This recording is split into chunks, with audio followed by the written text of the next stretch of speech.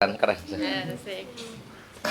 Keren Ya, apanya? Bismillah, Assalamualaikum warahmatullahi wabarakatuh. Waalaikumsalam warahmatullahi wabarakatuh. Alhamdulillah, pada sesi kedua materi ini kita dikunjungi oleh pemateri yang hebat, yakni Gus Roy, di mana beliau ini sudah berkecimpung di mana-mana lah, kayak seperti di FNKSDA, kemudian di sekarang juga yang logonya ada Pondok Pesantren Miskat Anwar yang didirikan oleh beliau gitu pada tahun 2018 ya.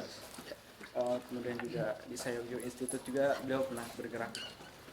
Ya mungkin kalau saya mungkin tidak terlalu banyak mengetahui, mungkin ya Gus Roy bisa lebih menjelaskan pengalaman-pengalaman beliau gitu. Ya terutama mungkin kalau saya akan lebih menspesifikkan di sini kan Gus di sini banyak santri-santri gitu tuh. Ya Gus Roy juga santri gitu. Mungkin gini ya, lebih fokus ke pergerakan. Gus Roy ini kan banyak berkecimpung namanya menggerakkan santri-santri gitu. Ya kesadaran kita sebagai umat Islam menggerakkan santri gitu. Menurut Gus Roy sendiri gitu, maksudnya keresahan apa sih maksudnya kalau untuk fenomena sekarang gitu tuh, apalagi mengenai makna hijrah, makna pergerakan gitu, dan sehingga membuat Gus Roy ini ingin bergerak gitu untuk menggerakkan santri-santri itu jangan hanya di memahami agama secara konvensional atau gimana gitu. Ya mungkin Gus Roy bisa lebih menjelaskan lebih inilah pengalaman-pengalaman dan keresahan Gus itu tentang Islam sekarang itu, terutama santri lah gitu kan, sebagai pemuda-pemuda yang generasi Z ya ke depannya gitu. Ya, silakan Gus. Ya agak pelan nggak apa ya. Assalamualaikum warahmatullahi wabarakatuh. Selamat pagi semuanya. Tadi sebenarnya nggak spesifik ya pertanyaannya ya atau pembukaannya Mas ya. Di soal santri, soal menggerakkan. Ini kata-kata kuncinya saya tangkap ya. Santri menggerakkan hijrah.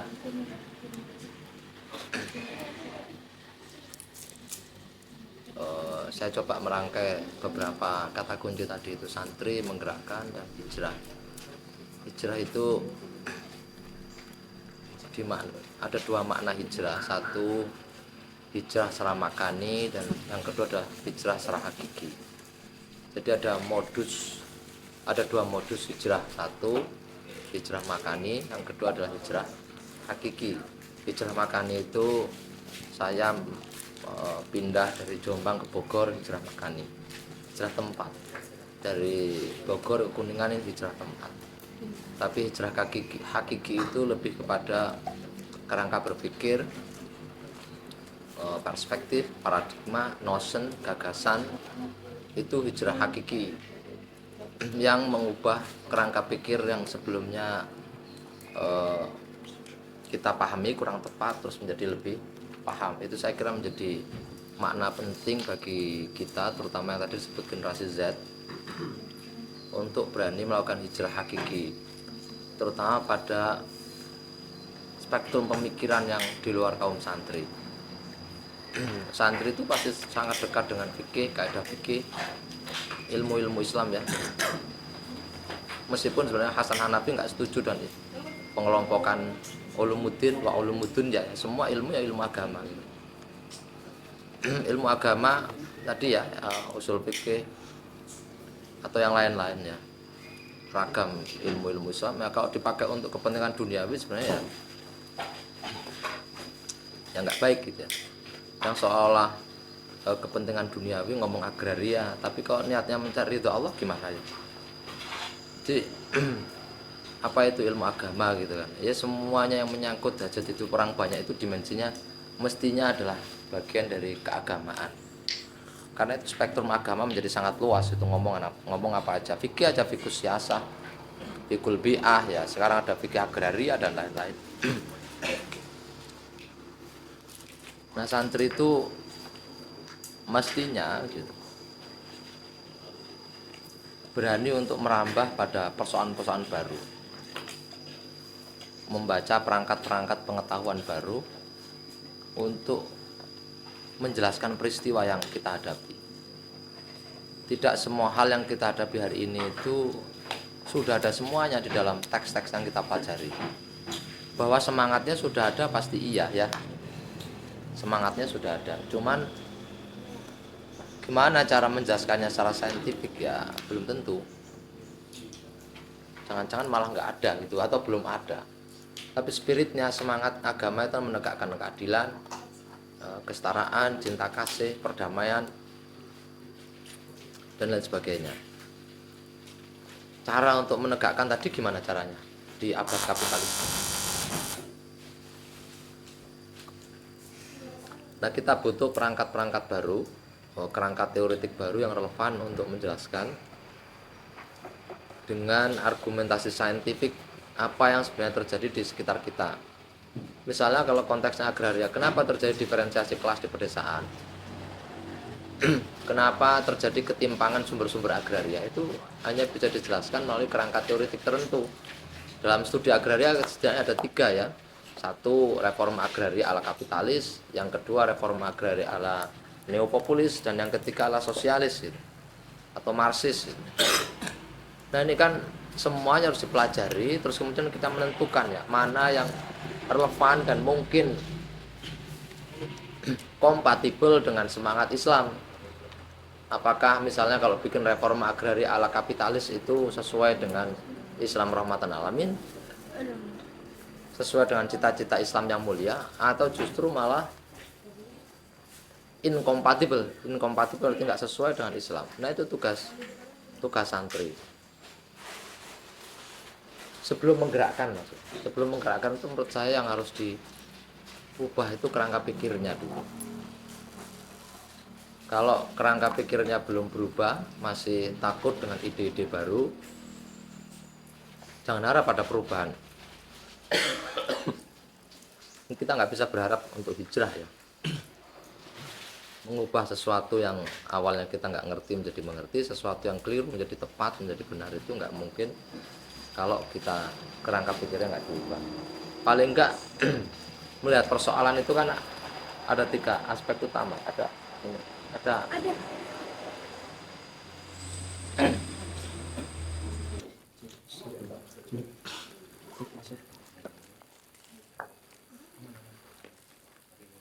nah itu cek satu satu tadi, hijrah itu mesti dipahami sebagai hijrah itu mesti dipahami sebagai 2 hal tadi itu, hijrah makani sama hijrah hakiki. Hijrah hakiki itu hijrah yang sejati. Anda nggak perlu berubah untuk membuat perubahan. Anda harus tinggal dari Losari ke Bogor misalnya, staycation gitu, atau yang anak Kuningan tiba-tiba pindah. Kan Anda menghadapi tantangan di kampung-kampung Anda sendiri gitu. Jadi nggak mesti harus pindah tempat gitu. Yang pindah itu mesti kerangka pikirnya, yang kerangka pikir yang lama menuju kerangka pikir yang baru, dari modus berpikir lama menuju modus berpikir baru. Nah contoh-contohnya banyak hijrah hakiki itu. Ada banyak sekali kawan muda santri sejak zaman Gus Dur ya, itu kan mengajari kita untuk merambah banyak hal baru, dunia baru. Karena tidak semua dalam teks agama itu sudah ada, spiritnya ada. Agama itu imperatif moral, perintah moral, harus baik, jangan perkosa, wala taqrabuz zina, jangan mendekati zina gitu. Semuanya perintah, ini baik, ini enggak, ini boleh, ini enggak boleh gitu ya. Memberi jalan mana harus boleh, mana enggak boleh gitu. Tujuannya untuk ini, untuk kebaikan. Tapi untuk mewujudkan kebaikan butuh cara ya. Agama tidak memberikan cara tentang. Dan Islam sendiri misalnya soal mode of production enggak punya konsepsi yang jelas. Enggak ada itu. Islam itu kapitalis, Islam sosialis, enggak ada. Kata Toha Hussein di kitabnya dia Fitnatul Kubro, Rasulullah itu dekat dengan ide-ide kemanusiaan, kesetaraannya ada dalam tradisi sosialis mungkin ya. Tapi apa kita sosialis ya? Enggak mungkin proto sosialis ya. Kalau disebut kapitalis juga enggak, di zaman itu enggak ada kapitalisme, enggak ada prasyarat secara sosiologis bisa disebut sebagai kapitalis. Makanya kalau ada bilang Rasulullah itu pro pasar karena itu Rasulullah kapitalis karena Rasulullah berdagang. Ya salah, Rasulullah itu nggak punya, bukan pemilik modal. Rasulullah itu bukan ruling class, Rasulullah bukan kaum borjuasi gitu. Khadijah borjuasi, dia bunuh diri kelas, meskipun di zaman feodal nggak ada istilah borjuasi, dia pedagang mungkin, tapi zaman feodal, bukan zaman kapitalis. Pemilik modal apa sih Khadijah, tapi bunuh diri kelas, semua hartanya dipakai untuk perjuangan pembebasan umat gitu. Umat manusia maksudnya. Nah Rasulullah itu kelas pekerja. Dan kata Toha Husain, ya saya masih menyinggung Toha Husain di kitabnya dia di Fitnatul Kubro, Rasulullah itu ditolak oleh orang kafir Quraisy waktu itu bukan karena memperkenalkan konsepsi Tuhan baru. Konsep tentang Allah sudah ada, ya. Bapaknya Rasulullah namanya Abdullah. Orang-orang berada di jalan lurus, orang-orang Hanif, ini garisnya sampai ke Nabi Ibrahim. Makanya disebut dengan agama Abrahamik. Beliau lahir di Mekah. Mekah ini di Al-Quran disebut Bakkah. Inna awwala baitin wudi'a lin-nas lalladzi bi Bakkah mubarakah wa hudan lil alamin. Namanya Bakkah. Ada yang menyebutnya Makorabah, tempat orang mendekatkan diri pada Tuhan. Mendekatkan diri pada Tuhan gimana caranya? Dimensi spiritualnya nggak lepas dari dimensi sosial. Anda jangan pengen jadi orang sholat tiba-tiba nggak mau hadir di acara ini. Saya kemarin tuh rencana nggak hadir, Mas. Saya ini sakit radang tenggorokan. Kata istri saya, kalau kamu nggak demam berangkat. Karena bolak-balik saya diajak Gus Satori ke Cirebon, saya selalu nggak bisa. Istri saya memaksa saya, kalau kamu nggak apa itu nggak meriang, saya nggak meriang, badan saya sehat, tapi ya ngomong. Ya gimana sih, biasanya ngomong berwibawa loh ya kan. Jadi kurang berwibawa kan gak enak ya. Ini kelamaan nggak dipakai orasi ya begini nih. Jadi serak-serak becek gitu. Nah, saya radang tenggorokan, kata istri saya berangkat. Terus saya mensupport aja, harus hadir. Kalaupun kamu nggak ngomong, ngobrol sama peserta itu mensupport itu. Memberi dukungan moral gitu, nggak hanya ngomong dari jauh gitu. Oke, saya berangkat. Padahal kalau saya nggak ngomong berangkat, peserta juga nggak mungkin maksa saya kan. Nah kembali ke yang tadi ya, jadi Rasulullah itu ditolak karena mencongkel ide-ide lama.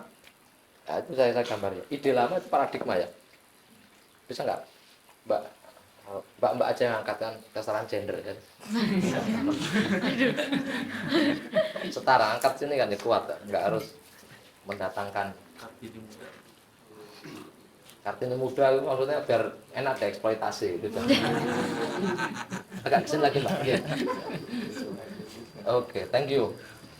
Nah ini kan satu ada aktornya, pasti ada aktornya kan. Di dalam peristiwa tertentu, peristiwa historis tertentu pasti ada aktornya. Siapa yang bikin kebijakan pro pemilik modal? Siapa yang membuat undang-undang cipta kerja, skemanya Omnibus Law? Siapa yang merumuskan? Siapa yang ngongkosi? Semuanya ada aktornya. Mereka bukan genderuwo ya. Ini aktivitas manusia. Sama dengan kerusakan lingkungan. Pasti manusia, bukan hewan bernama manusia. Al-insan hayawanun natik. Manusia adalah hewan yang berpikir. Secara fisiologis Anda semua hewan. Namamu siapa Pak? Husnul. Husnul nggak ada bedanya dengan kucing gitu. Gus Satori sama nggak dengan anjing? Ayo ngomong. Nggak ada. Secara fisik perangkat tubuh kita butuh prasyarat material. Metabolisme tubuh kita hampir sama dengan kucing dan anjing. Kalau nggak makan, innalillahi wa inna ilaihi raji'un. Mau ulama besar, mau ulama kecil sama aja. Gitu ya. Al-insan hayawanun natik. Semua manusia itu hewan. Genus proximum yang menyamakan kita dengan hewan itu secara fisiologisnya. Keberadaan kita, res extensa. Nah yang membedakan itu apa?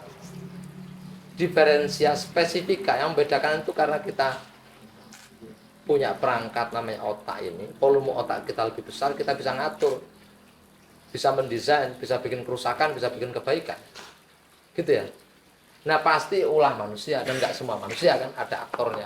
Anda bisa nyebut misalnya kalau konteks RA ya, RA atau kebijakan ekonomi, Siapa ini aktor-aktornya? Kita bisa turunkan misalnya. Omnibus Law ya. Siapa ini? Apa DPR? Ya, kelas penguasa lah ya. Siapa aja kelas penguasanya? Anda bisa turunkan lagi ini siapa? Opung, biar kena UT ya kita. Pak D gitu ya. DPR dan lain sebagainya gitu. Ini memerankan pemilik modal sekaligus birokrat.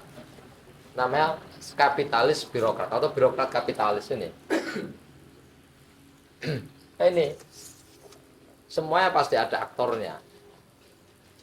Dalam semua peristiwa historis, peristiwa yang menyejarah, ini ada aktornya. Anda ini dalam gerakan aktor perubahan sosialnya gitu ya.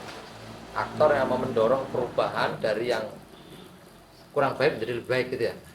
Jadi sebenarnya LLO meskipun kita keren-keren banget itu ya sebenarnya melanjutkan perjuangan Rasulullah gitu. Kan nggak ngajari doa doang Rasulullah. Terus ngajari doa terus jadi Rasul kan ya enak banget itu. Nggak sulit jadi Rasul nggak begitu enggak. Rasulullah mengubah dari yang nggak boleh menjadi boleh, dari yang nggak apa itu yang boleh menjadi nggak boleh. Perempuan diwariskan. Anda kok suami-suami Anda meninggal diwariskan, diperebutkan. Kayak tanah bisa dijual atau macam ya bahaya ya. Diwariskan terus nggak boleh. Perempuan setara gitu loh. Nah, ada aktor yang kedua paradigma. Ini kita nggak ngomong RA dulu ya, kita tahan menurut saya gini. Perspektifnya dulu kita mesti hijrah nih, dari perspektif lama ke perspektif yang baru.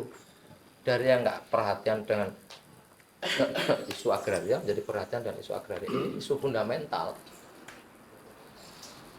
Mau ngomong multikulturalisme, pluralisme, demokrasi, semuanya butuh agraria. Agraria itu nggak hanya tanah, tapi menyangkut seluruh ruang hidup yang di dalamnya ada tanah, ada land reforma tanah. Reforma tanah itu dalam payung besar namanya agrarian reform. Nggak ada satupun manusia atau aktivitas ekonomi yang nggak membutuhkan tanah. Ekspansi kapital, ekspansi modal, karena hukum gerak modal itu yang memungkinkan modal itu hanya ada dalam hukum gerak. Kata David Harvey ngasih contoh, ketika peristiwa 11 Maret orang-orang nggak belanja, orang-orang berhenti, nggak ada orang keluar rumah, nggak mengeluarkan duitnya. Akhirnya wali kota New York, namanya Giuliani, dia bilang meminta orang-orang segera membelanjakan uangnya, pergi ke Broadway. Karena apa? Karena kapital hanya ada dalam hukum gerak. Kapital bukan benda mati. Ya dia modal itu harus digerakkan. Kalau nggak gerak dia nggak punya fungsi apapun. Nah ketika dia digerakkan kan butuh banyak ruang ya. Butuh melakukan reorganisasi ruang. Misalnya datang ke Kuningan. Nah kalau ulama itu kan lihat tanah, wah cocok ini buat tempat zikir, tempat berkholwat gitu ya. Kalau petani, wah ini buat berkebun enak ini gitu, untuk mencukupi anak istri. Nah, kalau pengusaha datang, disinilah uang saya nanti saya tanam biar rakyat yang kere-kere ini bisa kerja semua di sini. Kan gitu pikirannya. Padahal dia mau memperkaya dirinya sendiri. Nah itu butuh tanah nggak? Butuh tanah, terutama tanah. Ini yang kita pakai semuanya. Kalau nggak ada satupun yang diciptakan di muka bumi ini nggak ada unsur tanah. Semua diambil dari tanah. Nah paradigma kita ubah. Dari paradigma yang meletakkan misalnya tanah sekedar sebagai hubungan ekonomistik menjadi hubungan spiritual dan sosial. Tanah itu harus dikembalikan dalam hubungan spiritual dan hubungan sosial, relasi sosial. Dalam ilmu lingkungan misalnya itu kan disebut ekologi, oikos dan logos, artinya ilmu tentang rumah tangga. Tapi bukan seperti saya menikah atau nanti kalian pengen menikah punya suami gitu, bukan. Rumah tangga di sini maksudnya adalah hubungan yang harmonis antara manusia dengan jagat rayanya. Karena nggak ada satupun manusia yang bisa hidup tanpa jagat raya ini. Nah paradigmanya mesti diubah. Santri mesti mengubah paradigmanya. Tidak meninggalkan pikiran-pikiran lama yang nggak baik. Kita memelihara pikiran-pikiran lama yang baik sembari mencari pikiran-pikiran baru yang lebih baik. Yang usang nggak usah dipakai. Yang namanya usang kok mau dibenerin terus ya tetap nggak bisa. Mobil tuh, atau HP kamu itu, apalagi kapitalis itu kalau bisa bikin HP cepat ganti ya. Mungkin yang sebenarnya merusak ininya aja, tapi harus diganti semuanya Pak gitu. Lebih baik beli baru gitu. Nah kalau orang NU itu memelihara tradisi lama yang baik sembari mencari tradisi baru yang lebih baik. Memang perubahannya gradual, enggak dramatis gitu. Kalau mau cetung gitu, dia bilang pembangunan itu syaratnya cuma satu. Pembangunan itu menghancurkan yang lama dan membuat yang baru. Membangun adalah menghancurkan yang lama yang enggak baik itu, dibuat yang baru. Makanya pilihannya cuma dua, iya atau tidak, iya atau tidak. Kalau enggak berarti dipukul. Gitu aja. Pokoknya perubahannya sangat dramatis Cina itu. Dari yang sangat terbelakang menjadi sangat maju. Nah, paradigma nanti kita perdalam paradigma yang ketiga, kebijakan. Saya mau mengaitkan ini karena ngomongnya kan agraria Mas ya. Ngomongnya adalah kayak agraria dan kedaulatan energi. Saya tanah, ya nggak bisa berdaulat secara energi. Tanah bukan tanah mbokmu ya. Udah, kita ini nggak punya tanah. Kita mau usul apa rakyat itu? Usul energi alternatif. Oke, transisi energi. Biar bersih ini kotor semua. Betul, ini kotor semua. Belum thayyiban, belum thayyiban. Udah halal, tapi belum thayyiban. Lampu ini halal karena nggak nyuri kan, bayar kan di PLN ya. Kitanya nggak nyuri, halal. Kita mengkonsumsi halal. Baju yang Anda pakai halal. Ada. Coba dibuka itu. Kemah agraria. Halal itu nggak nyuri itu. Gus Satur nggak ngajari nyuri ya. Tapi bahan yang dipakai untuk ngecat itu belum thayyiban ya. Jangan-jangan pewarnanya juga merusak lingkungan ya. Jangan-jangan kaosnya dibikin juga memeras keringat buruh, terutama buruh perempuan. Jangan-jangan dari celana baju yang kita pakai ini ada jeritan kaum buruh, industri garmen yang diinjak-injak, dilecehkan, dibayar murah, kampungnya rusak gitu. Anda terus sholat itu pede terus ya merasa mau ketemu sama Allah gitu, bersolat. Yang kamu pakai ini belum benar-benar bersih gitu. Halal tapi belum thayyiban, belum baik. Nah dalam agraria saya singgung sedikit aja nih. Agraria misalnya nanti Pak Eko ini guru dan senior saya ini yang ngajak saya ke isu agraria biar nggak jadi kiai kampung aja yang ngurus ngaji gitu. Nah dalam agraria itu kan syaratnya dalam kebijakan apapun itu harus ada land reform dulu yang adil sebagai prasyarat fundamental, prasyarat mendasar bagi pembangunan yang lebih baik, yang berkeadilan. Kalau nggak ada penguasaan terhadap sumber-sumber agraria, terutama dalam kerangka yang kolektif ya, sulit Anda mau mengusulkan transisi energi itu. Ya kita pasti menyerukan transisi energi, tapi yang bisa mengatur transisi energi siapa? Bohir ya, pemilik modal. Kita kasih ilustrasi aja. Sama dengan gerakan tumbler nanti, ilustrasi. Saya sekarang ngurusin anak muda gerakan tumbler, seneng saya, progresif lah. Gerakan tumbler. Oh kalian kemunduran gini-gini. Tadi makan pakai plastik itu plastik.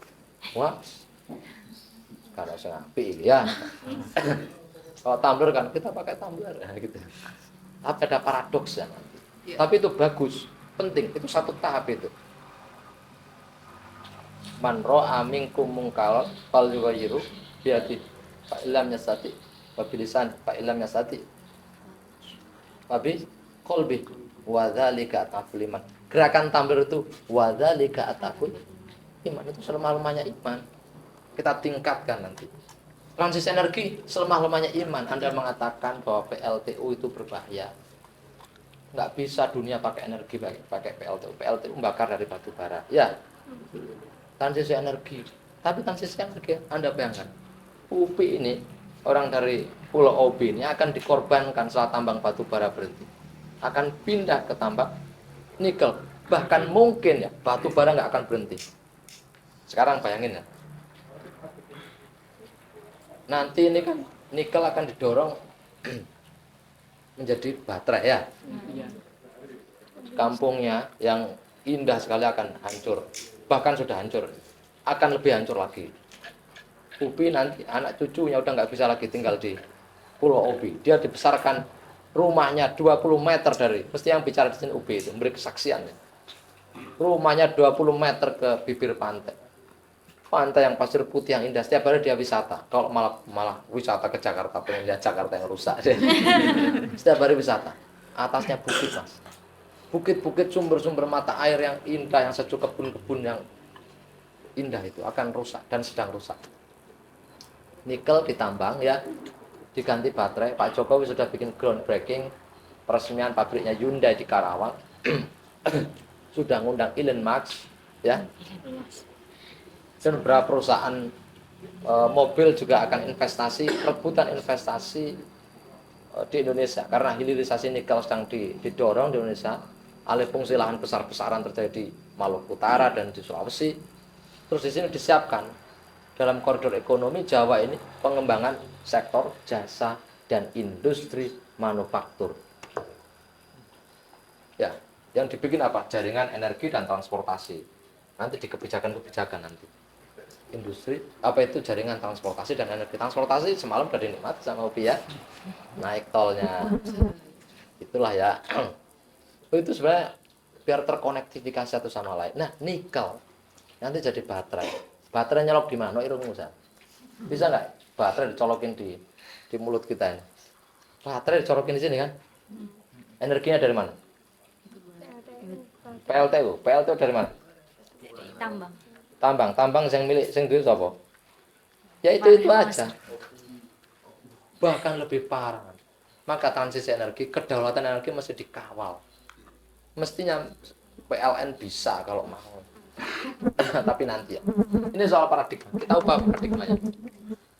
Pasti dalam semua kehidupannya ada aktor, paradigma dan kebijakan. Nah, kebijakannya apa?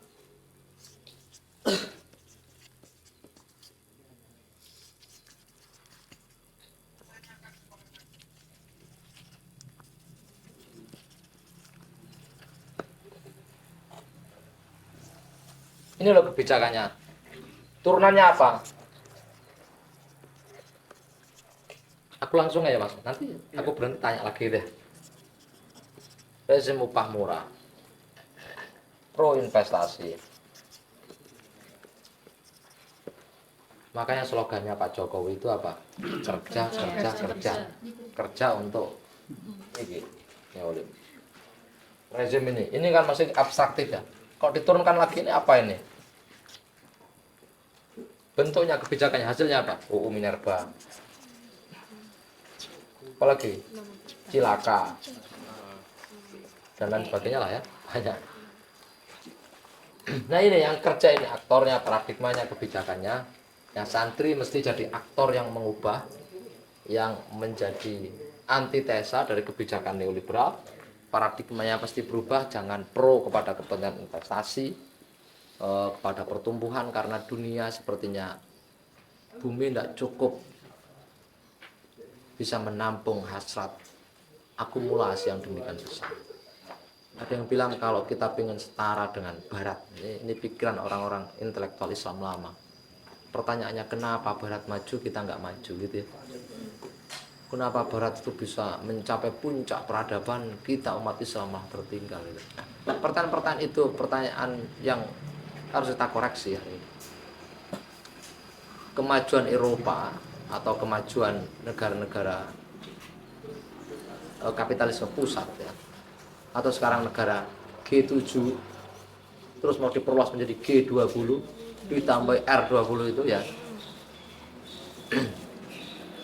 itu enggak hanya dengan rasionalisme, enggak hanya dengan perangkat-perangkat filosofis yang mereka temukan. Mereka bisa mengakumulasi, membangun kota-kota yang besar, universitas-universitas yang besar, pusat-pusat kebudayaan dan peradaban, karena mereka melakukan kolonialisme. Karena ada imperialisme, ada kolonialisme. Semua sumber daya terbaik di muka bumi dikeruk dibawa ke pusat gitu. Nah sekarang dengan rumusan neoliberal, prosperity, kesetaraan itu artinya adalah pertumbuhan ekonomi, maka dibikinlah forum G20 untuk mendorong perdamaian. Nggak mungkin ada pertemuan G20. G20 itu masalahnya banyak masalah kok. Puncak-puncak dari kejahatan di muka bumi adalah berkomplotnya para kapitalis di muka bumi. Dan mereka kumpul mau. Nah yang perang itu siapa? Nggak ada negara yang kalau tujuannya itu ekonomi, akumulasi modal, pasti butuh perangkat ya untuk menjaga kepentingan pemilik modal. Bahkan perang itu ini bukan urusan agama. Itu kalau agama tuding-tuding bikin kerusuhan enggak begitu. Agama dipakai ya. Kenapa anak kecil di Afghanistan itu menjadi radikal, menjadi fundamentalis itu? Karena disponsori sama Amerika. Dibikin kurikulum yang isinya itu jihad-jihad perang-perangan melawan rezim yang pro kepada Uni Soviet waktu itu. Dipakai label agama. Ya akhirnya jadi malah petaka. Siapa yang menciptakan itu? David Harvey Chomsky sudah ngomong semuanya, nggak dibaca santri. Bacalah David Harvey itu, New Imperialism. Bab pertama dia ngomong all about oil, not all about religion. Agama nggak salah. Semua agama ngajari kebaikan. Menjadi nggak baik karena agama dijadikan sebagai instrumen pengungkapan. Kata Marx, agama ini jerit tangis kaum papa. Lah kalau agama nggak jadi lagi jerit tangis kaum papa, terus gaya apa? Gitu. Ya, agama nggak menjadi bagian dari perubahan tadi itu. Cuman buat tari-tarian gitu ya, seneng-senengan gitu loh. Ya bahaya kalau begitu. Nah, saya tutup ini, nanti didiskusikan, kita ngobrol bareng-bareng. Saya nggak tahu ngomongnya terstruktur apa enggak, tapi saya mencoba. Terus saya nggak menyiapkan apapun ya. Ditanya ini saya sekeluarnya tadi itu, santri, terus ada apa menggerakkan. Ya harus bergerak memang, harus bergerak. Kata Bung Karno, siapa yang nggak apa itu, yang nggak bergerak, nggak berubah akan dihantam. Gitu. Kata siapa itu Marx ya, kalau nggak bekerja nggak berubah ya kita akan nggak ada peradaban ya. Yang bekerja itu kelas pekerja kayak kita. Paradigmanya mesti berubah, jangan takut membaca teks-teks baru. Terus tiba-tiba saya balik dituding memang saya itu mengajarkan Kapital Marx, companion to Marx Kapital itu saya sarikan, nggak ada yang di video. Pokoknya kalau belajar ke saya pasti ada. Saya baca bukunya terus saya sarikan ke anak santri. Saya kasih rumus hukum gerak kapital itu gimana. Anak SMP SMA tanya Mas Ubi itu, dia sudah ngomong mode of production. Dia ngomong kalau jarah itu boleh apa enggak, kalau narko gimana, kalau Marxis gimana, boleh nggak ngerampok punyanya Indomaret misalnya gitu. Itu dipikirkan sama mereka itu. Oh itu kan menindas juga misalnya. Kalau punya pabrik-pabrik dipikirkan sama mereka. Oh nggak boleh ternyata kata mereka. Nggak begitu cara kerjanya. Kerangka kerja pengorganisasian nggak dipikirin. Jadi harus tahu kita ini kan hidup di zaman kita ya. Jangan sampai nggak tahu. Kenapa Anda itu suka sekali dengan rokok Marlboro itu ya? Penjelasan saintifikmu apa? Murah. Kenapa saya itu memilih celana A, merek B? Ya, siapa yang ngatur pikiran kita ini? Pasar. Market. Siapa yang bikin market itu menjadi sangat berkuasa, bahkan ngalang-ngalahin Tuhan? Siapa yang sekarang berani ngomong soleh gitu ya, solihah gitu? Sulit loh kita menjadi muslim yang baik itu sulit, dan good muslim itu sulit. Tadi aja pakaian nggak kita refleksikan ya. Kadang bermewah-mewah ria, saya itu malu. Punya rumah agak bagus dikit aja saya sebenarnya malu. Di tengah ketimpangan dan kerusakan ini kita mesti malu. Saya kalau naik mobil tuh malu sebenarnya, nangis saya tuh. Karena kita gagal bikin perubahan yang dramatis ya. Kayak gini G20 ini kalau di Jerman tuh udah ribut ini. Akademisnya kayak Gus Alpert udah turun itu semua.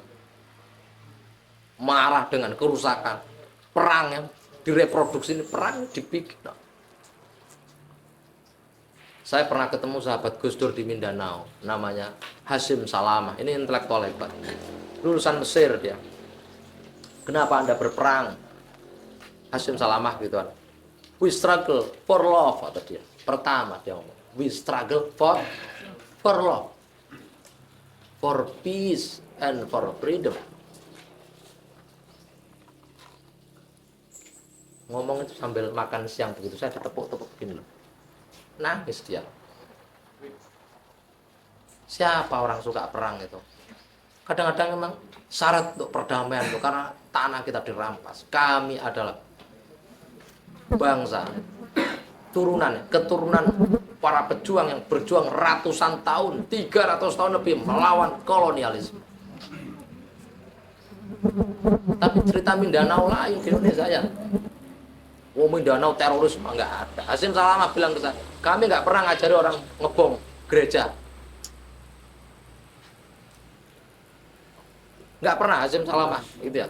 Petinggi. Ini orang tertinggi, tokoh spiritual dari MILF, Moro Islamic Liberation Front. Kenapa Anda pakai kata Islam? Karena kata nasional, Moro nasional ya. Dulu namanya MILF ya, yang paling besar. Moro National Liberation Front. Karena kebanggaan nasional kami sudah dihancurkan, sudah dilejutkan, maka kekuatan terkuat kami, modal kami satu-satunya sekarang adalah agama. Gitu kata dia. Apakah Anda mau bikin negara teokratis? Bukan soal itu. Kami pengen menentukan nasib kami sendiri.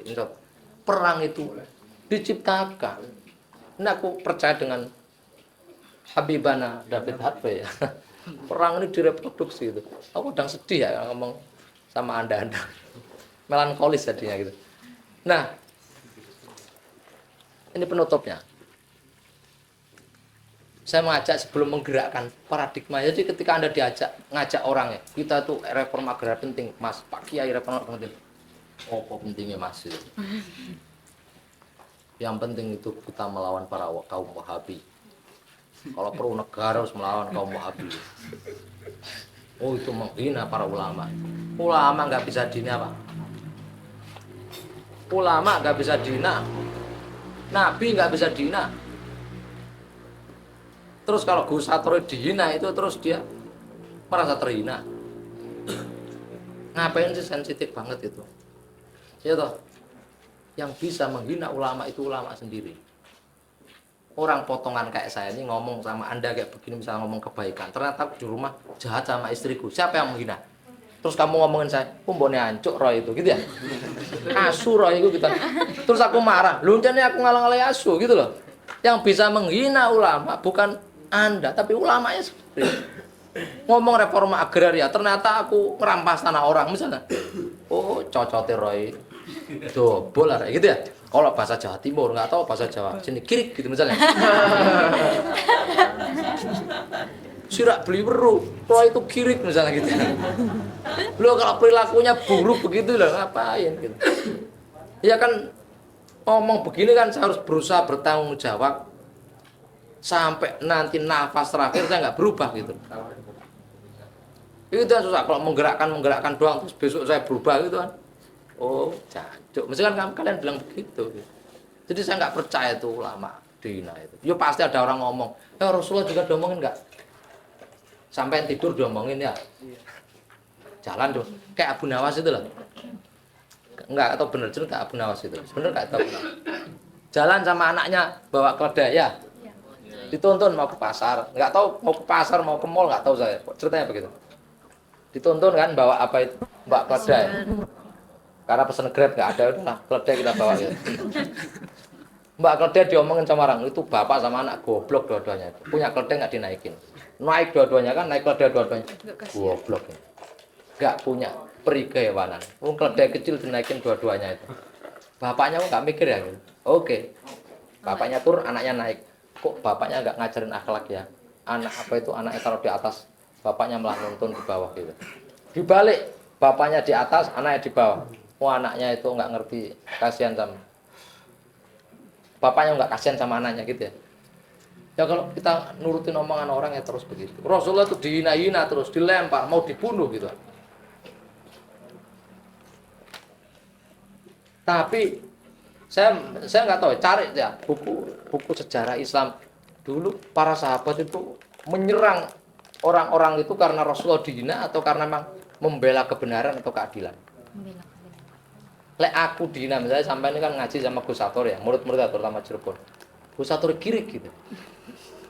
Anda biasa aja, sampai malah bilang begini, secara logika Gus Satur nggak ada bedanya dengan girik.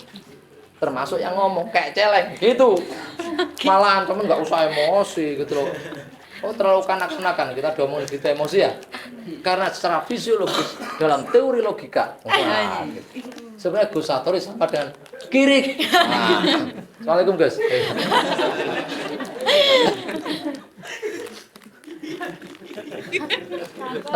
Secara pikiran, secara substansi gitu. Sebenarnya Gus Satur itu adalah min jumlatil aulia misalnya gitu. Bagian dari aulia ini beliau nih, wali gitu. Nggak mikirin dirinya sendiri, nggak pernah beli skincare gitu kan. Mikirin umat gitu. Gitu. Jadi yang kita perjuangkan itu substansi. Maka kita kalau mau mendudukkan posisi kita aktor, kita di mana sekarang? Ayo. Di bagian apa di sini itu? Aktornya. Terus kemudian paradigmanya apa yang dipakai? Terus kebijakan apa yang sedang mau kita lakukan. Terima kasih. Assalamualaikum warahmatullahi wabarakatuh. Waalaikumsalam warahmatullahi wabarakatuh. Oke, menarik sekali ya tadi pembahasan Minta tolong itu kamu tambah. sangat menggugah gitu. Ya Panas yang panas. sebelum kita melakukan pergerakan juga kan apa ya?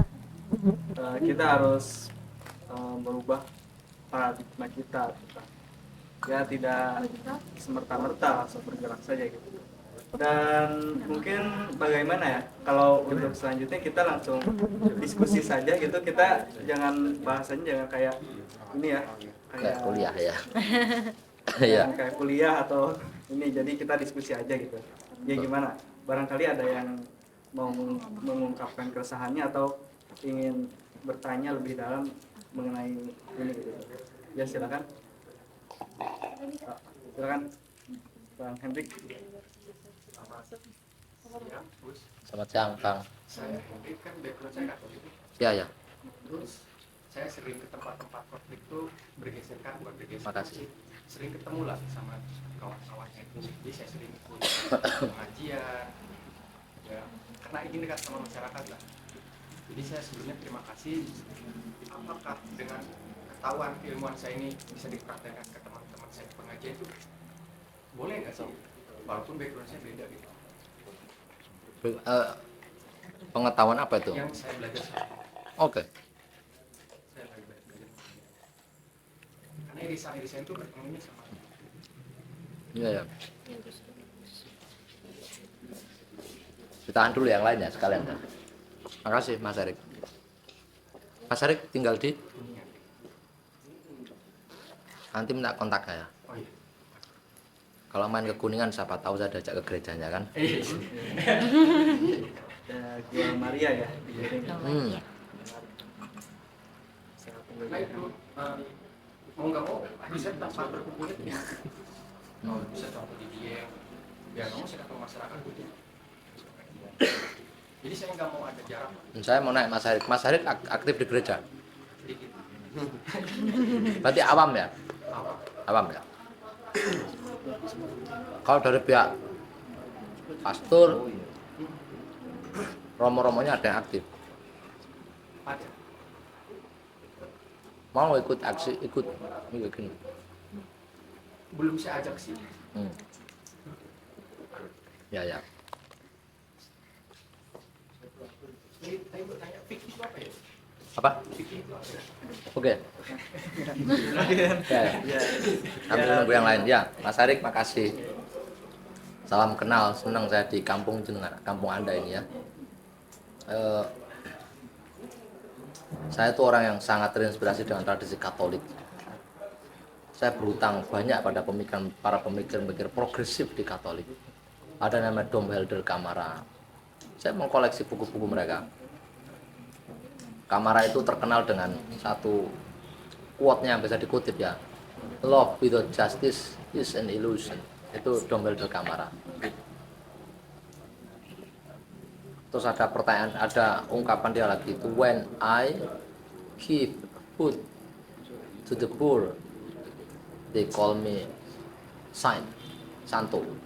Ketika aku memberi makan pada orang miskin, mereka menyebutku santo. When I ask kenapa mereka miskin, they call me komunis. Itu seorang archbishop, seorang intelektual rohaniawan besar ya. Dia nulis buku judulnya Spiral Kekerasan. Ini saya suka sekali dengan teorinya. Anda cari ya, sudah diterjemahkan bukunya. Spiral Kekerasan. Atau bahasa Inggrisnya PDF-nya juga ada. Itu Domelder Kamara. Saya baca Liberation Theology. Semua hampir refleksi iman saya itu beririsan dengan tradisi teologi pembebasan. Bahkan saya mengelaborasi konsep-konsep kunci dalam Islam dari pengalaman historis ya, bagaimana para rohaniawan itu, orang-orang gereja itu tidak mau meninggalkan rakyat ketika mereka dihantam oleh neoliberalisme. Bahkan mereka menjadi korban dari kebijakan neoliberal yang memakai cara-cara kursif dengan melakukan intensifikasi kekuatan bersenjata di Amerika Latin sampai sekarang itu. Bahkan gelombang gerakan agraria, perlawan menghadang neoliberalisme di Amerika Latin itu diperkuat oleh rohaniawan progresif. Nah, ya kayak di sini ya ketemu Gus Satori lah ya, rohaniawan progresif. Nah, apakah boleh cara pandangnya dipakai sementara Anda Katolik? Boleh. Nah, kita mesti berhenti pada level dialek interpret. Kita mesti berhenti bukan berarti meninggalkan ya, tapi tidak cukup, apalagi yang didialogkan itu cuman koeksistensi. Koeksistensi itu mengada bersama-sama, saling menghargai, saling menghormati. Anda tahu orang itu benci dengan Cina bukan karena mereka semata-mata benci karena Cina. Rakyat itu nggak bisa membedakan konglomerasi Tionghoa dengan etnis Tionghoa. Di alam bawah sadar mereka, di pikiran mereka, orang Kristen itu Cina, orang Kristen sama dengan Cina, Cina sama dengan kaya, kaya sama dengan rakus, pelit. Itu stereotip yang sudah melekat pada masyarakat. Masyarakat itu korban juga. Itu maksud saya, kawan-kawan ya. Jadi masyarakat kita ini korban berlapis-lapis kebijakan Orde Baru yang menumpuk di dalam alam bawah sadar mereka, yang diwariskan terus direproduksi sampai sekarang. Contoh, saya kadang menegur beberapa kawan yang ngomongnya itu gak peka terhadap perempuan gitu ya. Misalnya bicara dengan saya itu, Gus kan etika gitu. Istrinya berapa? Istri yang keberapa yo gitu. Saya tuh risih sebenarnya. Kalau saya tidak suka sama istri saya cerai sama dia, saya nikah. Misalnya ketemu gadis yang lebih cantik, itu fair ya. Oh fair, tapi kalau dibikin begitu saya risih sebenarnya. Tapi saya pikir dia juga nggak sadar bahwa itu adalah melecehkan, merendahkan perempuan ya, meletakkan perempuan sebagai objek obrolan yang nggak fair gitu. Jangan-jangan saya juga nggak akan marah-marah ke dia. Terus saya bilang ya enggak, atau Anda itu ya perempuan ya layaknya suami istri ya satu sama satu sudah cukup gitu. Kan 4 Gus Rai boleh, apa Gus Rai enggak berani, saya apalagi dianggap kiai ya, padahal saya bukan kiai, dipancing-pancing berani enggak, kayak gitu-gitu ya. Itu menurut saya jangan-jangan si laki-laki ini juga enggak dapat wawasan yang tepat. Dan di alam bawah sadar kita emang perempuan itu diperlakukan begitu biasa kok ya. Coba enggak, ada enggak perempuan ngomong laki-laki, pokoknya saya mau kayak gitu. Nyari istri kan, saya mau kayak gitu. Ya kan? Ngomongin body perempuan itu kan di laki-laki biasa ya. Bener gak? Kamu jujur loh. Perempuan enggak ada yang ngomongin begitu ya, sevulgar itu. Nah karena mereka enggak menjadi korban, mereka korban. Caranya apa? Kayak aku bilang ke teman-teman feminis, kamu ngajari feminis bukan anak perempuan tok gitu. Laki-laki yang kamu ajari gitu loh. Sama juga kita menjadi korban dari kebijakan Orde Baru misalnya mas. Rakyat itu korban. Saya ngasih, biasanya begini. Bang, saya itu mbak teman Ahmadiyah. Ahmadiyah itu lebih dibenci ketimbang orang Kristen. Iya kan, Ahmadiyah sih akan paling dibenci ya. Bok kalian itu mendingan bikin agama sendiri, selalu dibilang begitu. Ahmadiyah yang dekat dengan saya cengin juga. Saya minta Al-Quran kamu dong. Buat apa Gus Roy? Ya saya pengen tahu Jangan-jangan nanti apa itu kamu tambahin jusnya jadi 32 gitu. Jangan-jangan ada ayat yang kamu ubah gitu. Bahaya kamu kalau berteman sama saya bercanda tapi dia ngerti saya bercanda gitu. Saya ajak berkebun Mas dengan warga gitu. Dia ini orang Ahmadiyah. Enggak hanya satu orang, dia berkomplot dengan temannya Ahmadiyah. Terus saya bilang ke warga yang sangat sensitif sebenarnya warga di sekitar kami. Oh itu orang Ahmadiyah. Ahmadiyah. Ahmadiyah baik juga ternyata. Lah mbok pikir yang baik itu cuma kita doang. Ya bener gak? Saya pernah bawa Romo Katolik dia. Ya kalau dia nggak pakai jubah kebesarannya kan nggak tahu dia Romo apa enggak gitu. Ya kayak begini metal begini kan itu. Terus saya bilang, "Loh, Romo ternyata." Tionghoa aja. Oh, ternyata orang Cina baik juga ya. Coba bayangin masih ada pernyataan meskipun dia Cina tapi dia baik. Kenapa ada meskipun? Meskipun dia Tionghoa dia baik. Oh, ternyata orang Katolik itu baik. Saya tuh gini ya. Yang Katolik saya bilang jangan sensitif. Mereka ini tidak ngerti juga. Mereka ini korban. Tugas Anda semua memberikan pendidikan politik seluas-luasnya, sebesar-besar tentang prinsip keadilan, kesetaraan, kemanusiaan. Kata Sayyidina Ali, kalau mereka bukan saudaramu dalam iman, maka pasti dia saudaramu dalam kemanusiaan. Karena dia bukan kucing, gitu ya. Kucing aja kita bela, apalagi manusia, gitu. Boleh Mas, sangat boleh. Bahkan saya pikir strateginya mesti begitu. Jangan ngomong Katolik dulu, deketin sama kiai-kiai, gitu kan ya. Oh, ternyata dia Katolik. Tapi kritik saya Mas, jangan berhenti pada dialek interfit. Anda beda, Anda Katolik, saya Islam. Saya menghormati Anda menghormati saya. Ya udah, gitu doang. Ini toleransi semu. Yang kami tawarkan, yang harus kita tawarkan apa? Koresistensi. Kerjasama antar agama untuk melampaui sistem yang bangkrut ini menuju sistem yang lebih baik, yang lebih manusiawi. Pakai apa? Pakai ensiklik Laudato Si. Dalam tradisi Katolik kita baca. Kita terjemahkan misalnya dalam konteks iman masyarakat Katolik Indonesia. Gimana ini? Dari Vatikan sudah menginstruksikan untuk menjadikan bumi sebagai rumah bersama. Ya kan misalnya. Ya kan begitu ajarannya. Sementara buminya rusak, yang rusak para kapitalis. Mereka ngumpul-ngumpul di G20. Lalu agama ikut-ikutan di situ nimbrung, mau menyelesaikan masalah. Ya kalau menyelesaikan masalah ya bubarkan G20 gitu. Karena dari Anda semua rusak muka bumi ini. Gitu. Nah, saya khawatir, saya tidak anti ini itu loh, mengkritikkan boleh untuk cangkem begitu loh.